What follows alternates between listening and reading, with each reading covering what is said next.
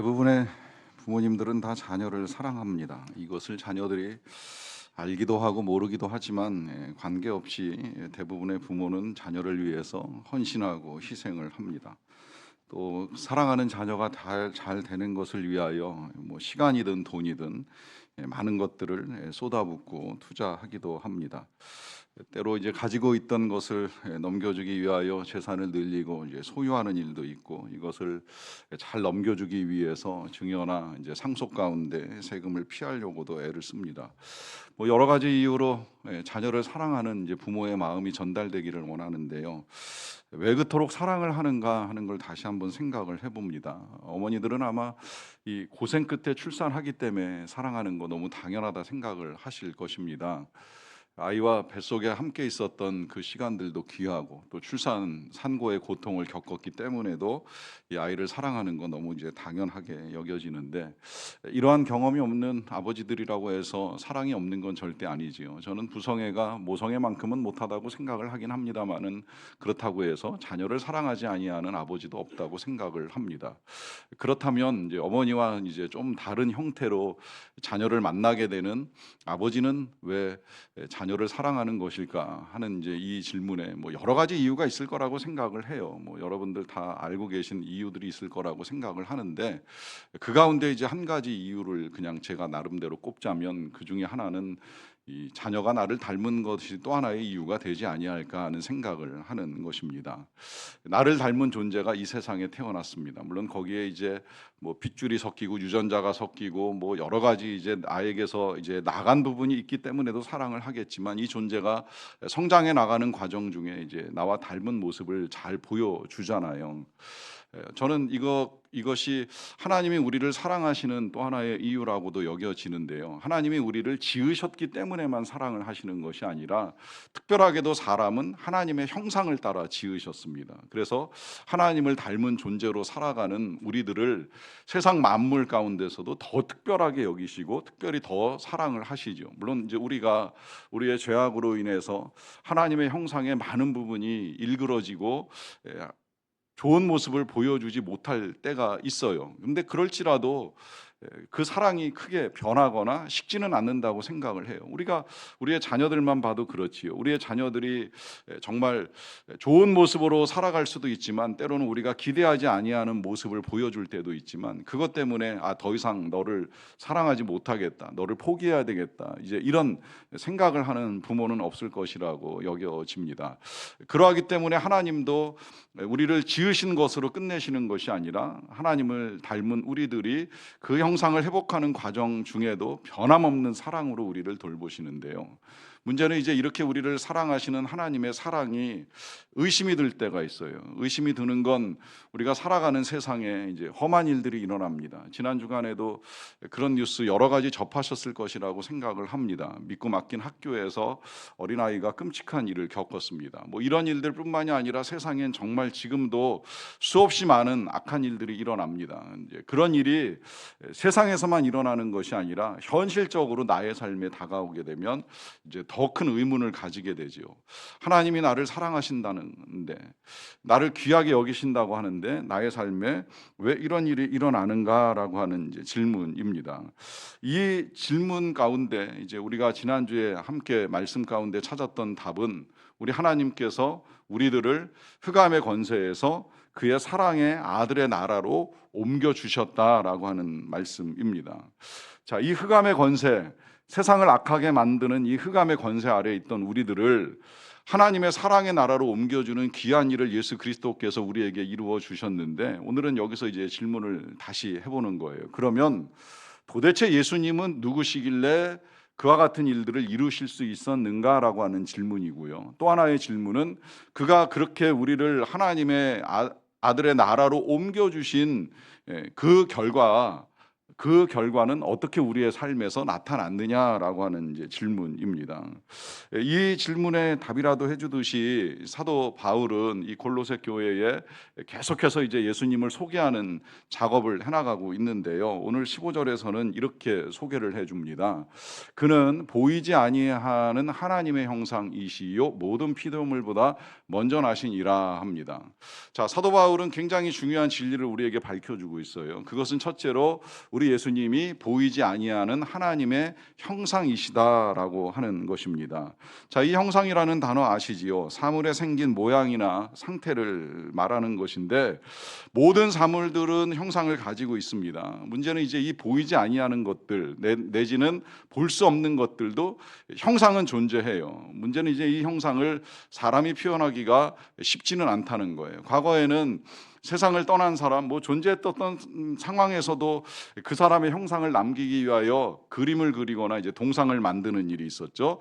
근데 이것이 100% 이제 정확하다고 볼 수 없으니까 사람들이 사진을 찍습니다. 사진을 찍어서 그 형상을 이제 분명하게 남겨놓는 일들을 하기는 하는데 이건 눈으로 볼 수 있을 때나 눈에 보일 때 이제 가능한 일이에요. 모든 사물들이 다 존재를 인식할 수 있는 건 아니잖아요. 그러다 보니까 이제 상상으로 그려내거나 아니면 이제 비슷하게 유추해서 이제 그리는 일이 있을 수밖에 없다는 것입니다. 특히 하나님이 더욱 그래요. 하나님 계시는 건 알겠는데 어떻게 그려낼지를 이제 사람들이 모르는 거예요. 왜냐하면 본 사람이 없거든요. 그러니까 그릴 수가 없어요. 그래서 사람들 나름대로 상상을 합니다. 사실 하나님뿐만이 아니라 세상에 안 보이지만 존재하는 것들, 그리기 힘든 것들로 말하자면 저는 우리 하나님이 만드신 태양도 그러하다고 생각을 해요. 여러분, 태양의 형상을 어떻게 인식하고 계십니까? 동그랗다고 생각을 하십니까? 정말 동그랄까요? 거기에서 이제 빛과 열이 뿜어 나오는데 이걸 사람들이 그림을 그리면서 여러 가지 모양을 만들어내긴 하지만 그 모양이 정말 정확한 것일까요? 다 그려내는 거잖아요. 자, 이 그려낼 때 태양이 존재하니까 그릴 수 있는 거예요. 마찬가지로 비록 볼 수 없고 보이지 아니하시지만 하나님이 존재하시는 건 틀림없는 사실인데 이 하나님의 존재를 우리가 어떻게 인식할 거냐라고 하는 이 질문 앞에 이제 예수님께서 이 땅에 오심으로 말미암아 우리의 눈으로 볼 수 있는 하나님을 드러내신 거예요. 그래서 예수님 능력 하나하나 이렇게 살펴가다 보면 하나님이 이와 같은 일들을 이루어 가시는구나라고 하는 거 알 수 있죠. 요즘에 새벽에 이 누가복음 말씀 묵상을 해나가다 보면 예수님에게서 나타나는 하나님의 능력이 정말 신비하고 놀라워요. 그 능력 안에는 그냥 단순히 사람들 병 고치는 수준의 능력만이 아니잖아요. 귀신을 쫓아냅니다. 그 귀신도 그냥 한두 명의 귀신이 아니라 군대로 한 사람 앞에 들어가서 그 사람이 광기를 가지고 그 누구도 제어할 수 없는 놀라운 일들을 저지를 때에 그것까지도 다 한꺼번에 끌어내셔서 바다에 몰살시키시는 이루시는 하나님의 능력이 나타나는 거예요. 누가 한 사람 먹인다 그러면 그냥 밥 한 술 지어서 먹이는 수준이 아니라 엄청나게 많은 양의 빵을 가지고 다 배불리 먹고도 남을 만큼의 양식을 먹이시는 하나님의 능력을 보여주죠. 그리고 하나님이 만드신 자연, 그 자연이 아무로 거세게 풍랑과 파도로 덮칠 것 같다 할지라도 말씀 한마디에 가라앉히시고 잔잔케 하시는 하나님의 능력을 드러내십니다. 때로는 그 무리를 걸어가시기도 하시고요. 거기다가 죽은 자까지 살려내시는 능력을 통하여 인간에게 생명을 주시는 분이 하나님이시라는 그 모든 것들을 우리 예수님이 다 보여주시는 거예요. 그런데 이제 하나님은 그와 같은 능력만 가지고 계시는 것이 아니라 하나님께는 오묘한 지혜가 있지요. 자, 이 지혜에 있어서도 저는 우리 예수님이 놀랍게 그 지혜를 드러내 주셨다고 생각을 해요. 우리 예수님은 이 땅에 계시면서 기적만 베푸시면서 사람을 끌고 다니신 것이 아니라 말씀을 가르치시죠. 지혜로 가르치십니다. 자, 그렇게 지혜로 가르치실 때 우리 예수님이 가르치시는 말씀의 핵심은 하나님 나라에 있었어요.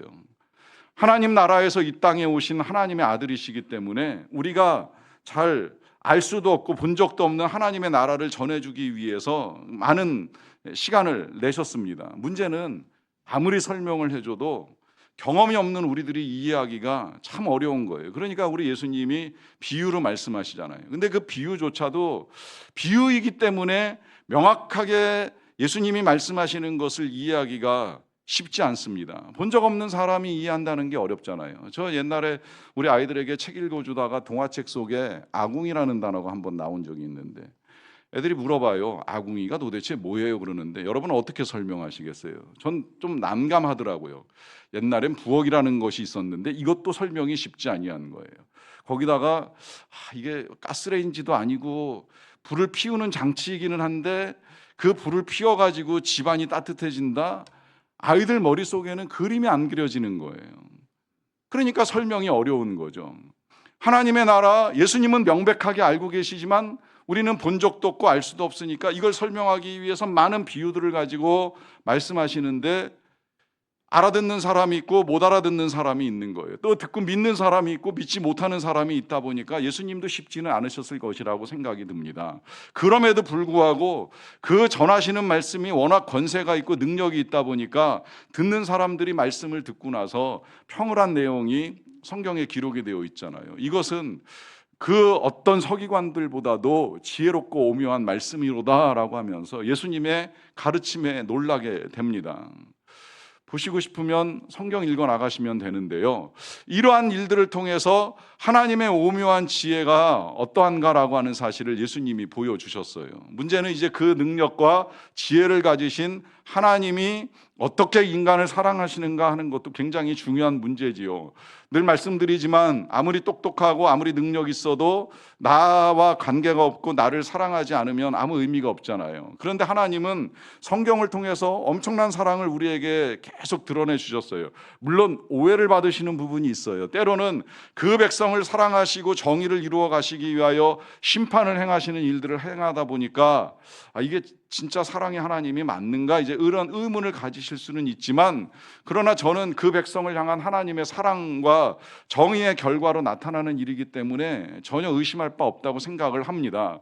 그러는 가운데 우리 예수님께서 이 땅에 오셔서 보여주셨던 사랑 하나하나 헤아려 보면 정말 엄청나지요. 왜냐하면 그 배고픈 자들을 먹이시잖아요.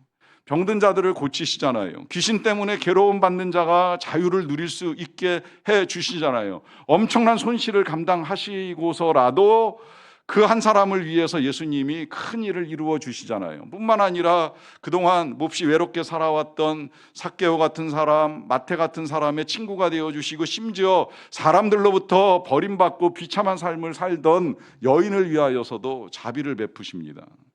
뿐만 아니라 혼자 아들을 키우면서 유일한 희망이었던 그 아들을 떠나보낸 여인의 슬픔을 보시고서는 그 여인의 기도 한마디 없는 상황에서도 아들을 살려서 여인에게 다시 안겨주시는 일까지 하나님의 사랑을 그대로 보여주시는 거예요. 그 크신 사랑이 가장 명백하게 드러난 사건이 십자가 아닙니까? 사람들이 예수님을 모함하고 비난해서 그를 십자가에 못 박고 죽게까지 하는 그 상황에서 죽어갈 때 마지막으로 올리신 기도가 이 기도잖아요. 저들의 죄를 사하여 주옵소서. 용서하시고 자비를 베푸시는 하나님의 사랑을 그대로 보여주시는 거예요. 그래서 우리 예수님이 이 땅에서 보이지 아니하는 하나님의 형상으로서의 모든 것들을 다 우리에게 드러내 주셨습니다. 그런데 이제 그걸 보여주시기 위해서 우리와 똑같이 이 땅에 태어나시고 우리와 똑같은 삶을 사시다 보니까 이 예수님의 존재에 대해서 사람들이 이제 의심을 갖는 거예요. 그가 사람이지 무슨 하나님의 아들이냐. 어떻게 우리 눈에 보이고 우리가 만났던 그 사람이 하나님의 아들일 수 있느냐라고 하는 의문을 제기합니다. 그러다 보니까 이제 사도 바울이 그는 보이지 아니하시는 하나님의 형상이시오라고 하는 이 15절 말씀 바로 끝부분에 이렇게 말씀하시는 거예요. 그렇지만 그는 모든 피조물보다도 먼저 나신 이시다라고 하는 말씀을 합니다. 자, 이렇게 말하는 이유가 어디 있겠어요? 이렇게 말하는 건 그는 이 세상의 모든 피조물들이 존재하기 이전에 존재하셨던 분이시다. 다시 말하면 만물을 창조하신 하나님의 아들이시다라고 하는 사실을 선포하는 겁니다. 왜 그럴까요? 이 사실을 믿지 못하면 그냥 예수님은 지혜자, 어떤 특별한 능력이 있었던 존재, 내지는 우리가 일반적으로 알고 있는 성현 중에 한 사람 정도로밖에 믿지 않기 때문입니다. 그래서 이제 예수님의 가르침은 따르지만 예수님을 하나님의 아들로 믿지 못하는 이단 사이비 같은 이제 신앙을 가지고 살아가는 사람들이 생겨나는 거예요. 이런 일이 1세기 교회에도 있었어요. 초대교회에도 이런 일들이 벌어지다 보니까 사도 바울이 이걸 이제 바로잡기 위해서 계속 편지를 보내는 거예요. 더더군다나 이 교회, 골로새 교회나 이런 로마 교회는 사도 바울이 세운 교회가 아니거든요. 사도 바울은 교회를 세울 때 이것부터 가르쳤어요. 예수님 누구신가? 우리가 믿는 예수님을 명확하게 알아야 된다라고 하는 것 때문에 이제 이걸 가르치기 위해서 애를 썼는데, 문제는 이 골로새 교회 또 로마 교회는 직접 세운 교회가 아니다 보니까 도대체 뭘 배웠는지 뭘 들었는지 이제 의문이 생겨요. 심지어 갈라디아 교회는 직접 세웠음에도 불구하고 이상한 사람들이 와가지고 교회의 진리와 복음을 흐트러 놓다 보니까 그 교회에 편지를 보내면서도 그 사실, 우리가 그리스도와 함께 십자가에 못 박혔다는 이 사실을 밝혀주기 위해서 굉장히 애를 쓰잖아요.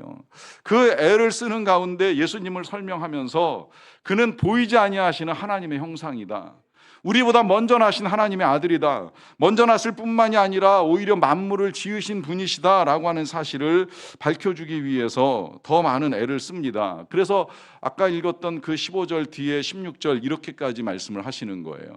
만물이 그에게서 창조가 된 것이다.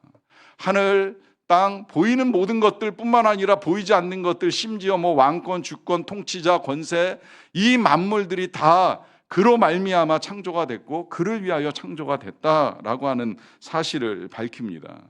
이 말은 하나님의 손에서, 그리고 예수 그리스도로 말미암아 창조되지 아니한 것이 아무것도 없다는 거예요. 다 주님과 함께 만들어졌다는 것입니다. 왜냐하면 예수는 태초부터 계신 하나님의 아들로 이 창조 사역에 동참을 하셨기 때문이라는 거예요. 어디 그런 증거가 있느냐라고 했을 때 창세기 잘 읽어 나가 보세요. 창세기의 창조 역사는 하나님 혼자 이루어 가시는 것이 아니라 거기에는 삼위일체 하나님 가운데 성령님도 운행하고 계시고요, 우리 예수 그리스도가 말씀으로 역사하시는 역사로 나타나기 때문에 그 역사를 뒤늦게 깨달은 사도 요한도 이 사실을 우리에게 밝혀주는 거예요.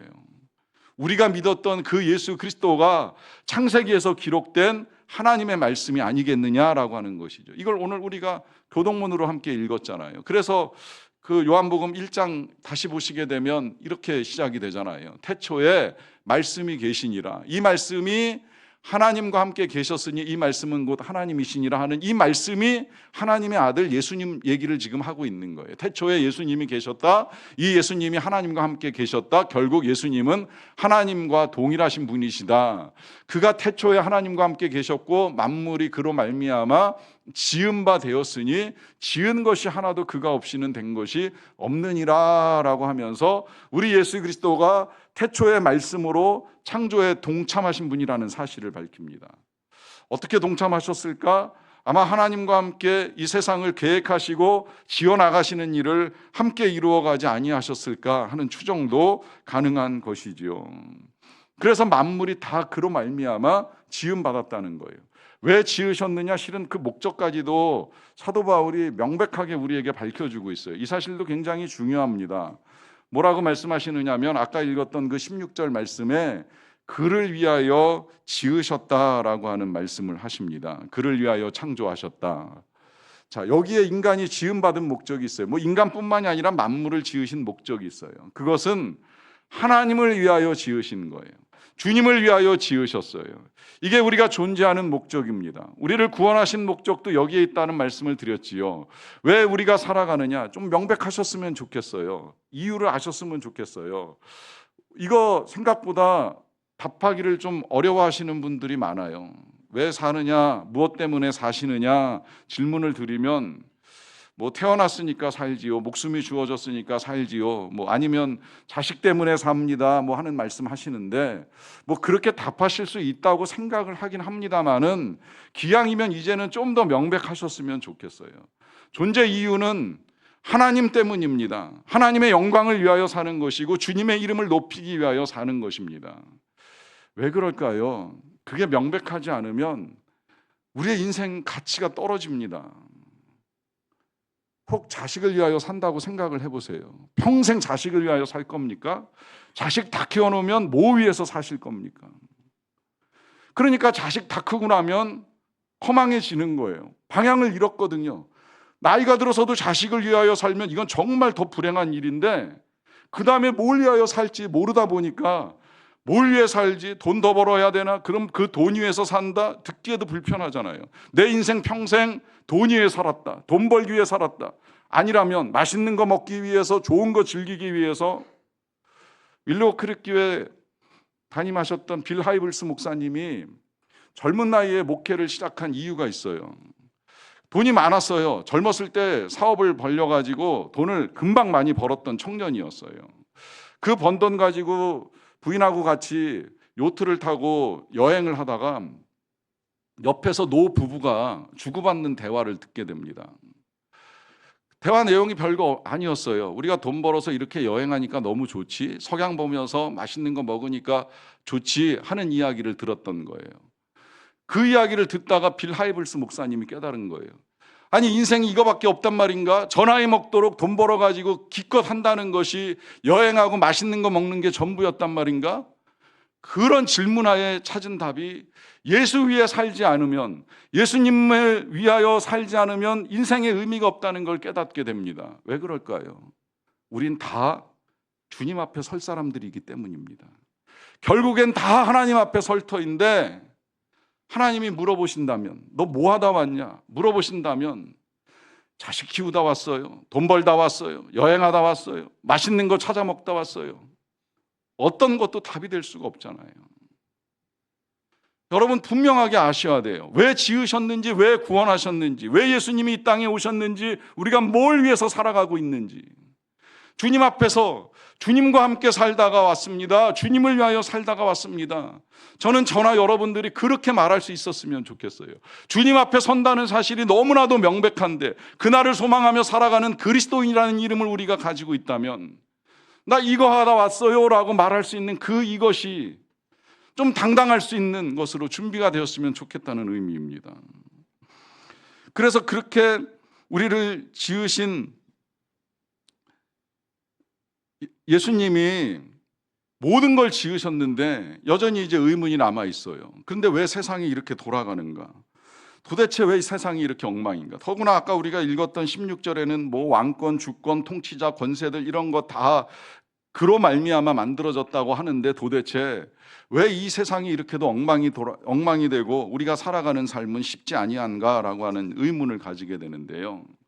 이유가 있습니다. 그것은 우리 하나님이 이런 것들을 통해서 세상을 다스리도록 하신 건 틀림이 없어요. 하나님이 사람 만드실 때 몇 가지 이제 사람을 지으신 목적 가운데 한 가지가 만물을, 하늘에 있는 것이나 땅에 있는 것이나 땅 아래 물속에 있는 것까지라도 다 다스리라고 이제 하셨잖아요. 그 다스림 가운데 권세도 허락을 하신 거예요. 그 권세가 뭐 왕권이든 주권이든 통치자든 권세도 주셨어요. 문제는 이 권세 가진 자들이 세상을 잘 다스리면 문제가 없는데, 이 인간이 흑암의 권세에 매여 있다 보니까 어디서든 권세만 가지고 행할 수 있으면 하나님의 뜻은 둘째치고 자기 마음대로 자기 욕심대로 다스리는 거예요. 이건 뭐 통치자들만의 얘기가 아니라 우리 이야기라고 생각하시면 오히려 더 이해하기가 쉬워요. 우리도 부모의 권세를 가지고 자녀들을 잘 다스리며 양육을 해야 되는데, 이 권세 가지고 야 이거에 저거에라고 하면서 내 멋대로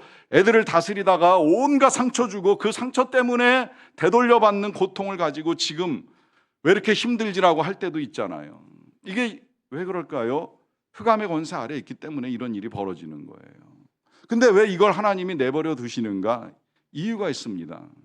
그 이유를요, 영국 성공의 목사님이신 닉 터커가 쓴 책에서 이런 설명을 해요. 책의 제목이 이렇습니다.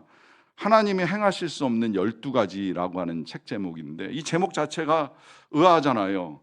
전능하신 하나님이신데 할 수 없는 거를 12개를 꼽아놨어요. 그 가운데 예를 들자면, 우리 하나님 주무실 수 없어요. 아니, 읽어보니까 뭐 맞는 말이죠. 하나님이 24시간 졸지도 아니하시고 주무시지도 아니하시니까 전능하지만 주무실 수 없어요. 또 하나님 하실 수 없는 것 중에 배우실 수가 없어요. 모든 걸 다 알고 계신 하나님이 뭘 더 배우실 게 있겠어요. 또 하나님 놀라실 수가 없어요. 어떤 일이 벌어질지를 알고 계시는 하나님이 뭐 알고 계시는 상태에서 뭐 깜짝 놀래 가지고 뭘 하시겠어요. 그런 하나님이라면 믿을 수가 없죠. 문제는 이제 이 책에서 이렇게 이제 하나님이 하실 수 없는 것들, 전능하지만 마치 모순되고 충돌나는 것처럼 하실 수 없는 것들을 열거하는 중에 빼먹은 것 같은 느낌이 하나가 들더라고요. 제가 이해하는 바로는 우리 하나님이 인간의 자유를 제한하지 못하십니다. 왜 그런지 아시죠? 우리를 사랑하시니까. 사랑은 억압이 아니잖아요. 사랑은 통제가 아니잖아요. 그러니까 하나님이 우리를 사랑하시기 때문에 인간에게 부여하신 자유를 제한하지 못해요. 문제는 이 자유가 흑암의 권세에 매이면서부터 이제 악해지기 시작을 한 거예요. 그러다 보니까 그 악한 권세를 가지고 휘두르는 사람들 때문에 고통을 당하고 어려움을 겪는 사람들이 나옵니다. 그럼 그런 세상에서 하나님은 손 놓고 계시는가? 방임하고 계시는가? 라고 하는 생각을 할 수 있는데 아닙니다. 하나님이 짓고 끝나시는 분이 아니에요. 만물과 함께 해나가시는 일, 마지막 17절에 이렇게 기록되어 있습니다.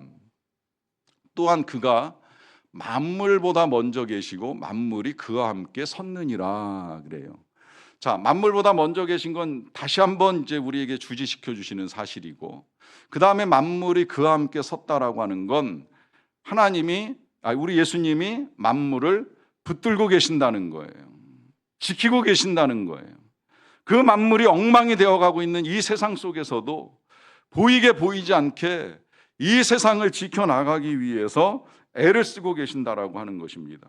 그래서 그나마 이제 우리가 이만큼의 안정과 평화, 건강을 누리며 살아가고 있는 것이라고 보셔도 틀림이 없는데요.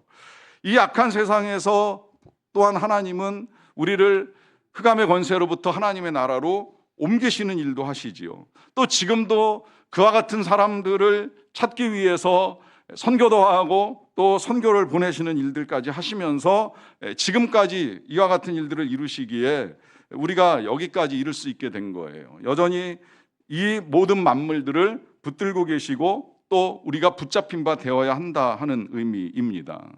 자, 이것을 이렇게 이해하시면 좋겠다는 생각이 들었어요. 최근에 청파교회 이제 은퇴하신 그 김기성 목사님이 은퇴 이후에 이 고백록을 하나 쓰셨어요. 고백의 언어들이라고 하는 제목의 책인데 마치 어거스틴처럼 이제 이게 일생 동안 자신이 신앙생활 한 것들을 이제 회고하면서 남긴 기록이라고 보면 됩니다.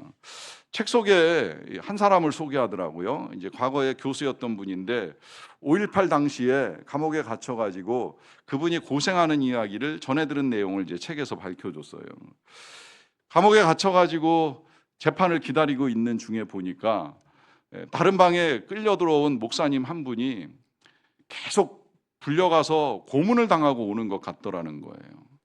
근데 불려가서 고문을 당하고 올 때마다 이 목사님이 점점 더 처지고 가라앉는 듯한 모습을 보이시더라 하는 겁니다. 나중에는 그 사람들에게 질질 끌려가지고 이렇게 방으로 가는 모습을 보면서 너무 안 됐다는 마음이 드시더라는 거예요. 그런데 가만히 보니까 이 교수님은 성경책을 가지고 이제 읽고 있었는데 감옥에서 목사님은 성경책이 없는 것 같다라고 하는 생각이 들더라는 거예요. 그래서 성경도 없이 목사가 어떻게 이겨낼까라고 하는 생각을 하면서 당신이 가지고 있는 이제 이 성경책을 전해줘야 되겠다라고 하는 생각을 가지고 전달을 해야 되는데 이게 쉽게 전달이 안 되니까 이제 처음엔 간수한테 물어보고 간수는 책임 못 지겠다고 하니까 이제 간수장한테 물어봐 가지고 허락 아닌 허락을 받아 가지고 성경책을 전해주게 되었는데 자신도 성경을 계속 읽어 나가야 되니까 통째로 넘겨주지는 못하고 이제 신약 성경 중에서 어디를 잘라서 넘겨줄까 고민을 하다가 복음서를 잘라 가지고 간수를 통해서 그 목사님이 계신 방에 전달을 했다는 거예요. 그래서 자기는 이제 서신서를 읽고 목사님은 복음서를 읽게 해드렸는데 성경책이 건너가고 나서 그 다음 날부터 그 목사님이 계신 방에서 찬송 소리가 들리더라는 거예요. 어느 날은 기도 소리가 들리더라는 거예요. 그리고 똑같이 끌려나가서 뭔가 고문을 당하고 오는 것 같은데 돌아오는 모습이 달라졌다는 거예요. 이 교수님의 표현대로 하면 감옥으로 돌아오는 것이 마치 자기 성으로 돌아오는 성주의 당당함 같이 보였다라고까지 표현을 하더라고요. 그러면서 이 교수님이 마지막에 이런 말씀을 하셨습니다. 예수가 들어가니까 삽디다. 제가 이 말씀에 꽂혔어요. 예수가 들어가니까 삽디다. 예수가 들어가야 사는 거예요. 예수가 없으니까 처지는 거예요. 예수님이 없으니까 힘든 거예요.